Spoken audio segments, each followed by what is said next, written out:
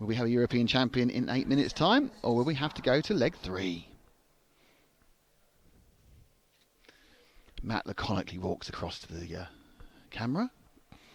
Here we go. Mobers in pole. Honegal second.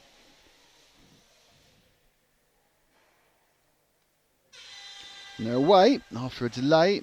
They leapt off the line and they go off in order, which is Mobers, Honegal and Laurent now giving a bit of pressure to Honegal in second, but then just drops off as they settle in. Now Mobers has made a much better start. Made a little bit of a break actually in this one. First lap 30, gained about 0.2 of a second. But already, because Verlanker has got through into third and Lorentz had another problem, drop back. So we were back to the same story as about an hour and a half, 2 hours ago, when we had these two drivers who, let's be honest, are completely the class of the field here. Marcus Mobers and Huber Honegal have won the last few European Championships in stock between them, and really look like they're going to put on another masterclass. Honegal now is chasing down Mobers. So Honegal definitely has more ground speed than Mobers, but Mobers has track position. And last time, what happened was Honegal kind of hit him, waited, and then Mobers made a small mistake the following corner, like he was slightly unsettled by the fact. It was certainly a completely fair pass when it happened. So we're a minute in, and the train of the German and the Austrian that we saw for 8 minutes in the first leg, we are now seeing again.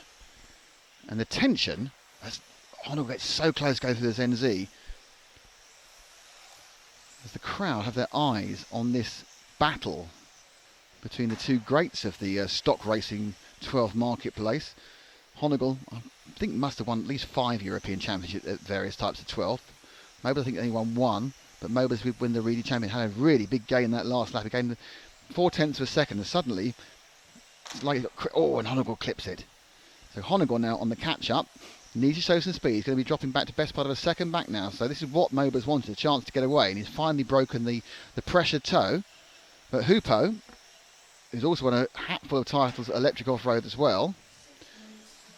But the thing about Hupo is, and he did win the first leg, is he's changed supplier a lot recently. He's moved from manufacturer to manufacturer. This is start with X-Ray after a year at Serpent and a year at Team C, and he's found it difficult to settle since he left Durango.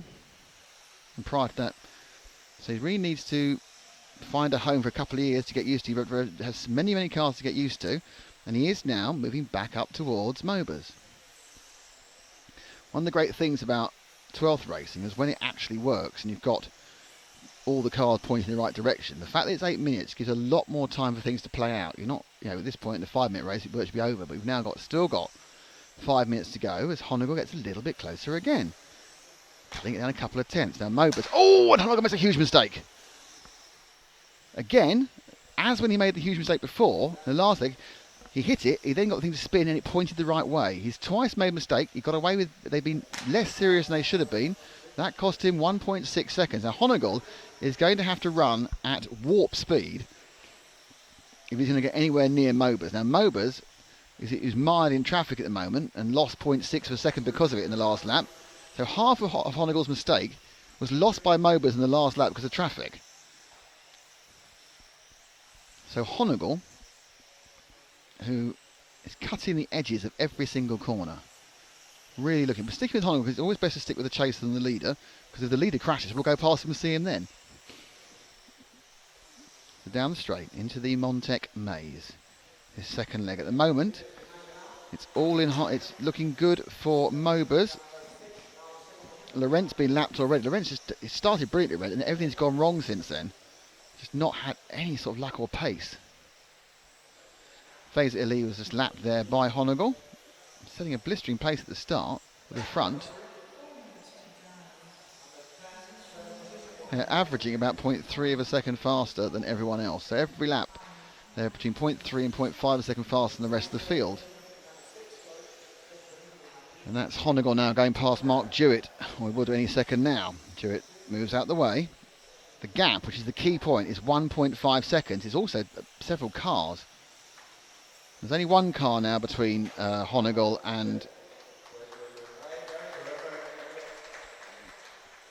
Now, the interesting thing really about this whole situation is how quickly they're going is giving them so much traffic.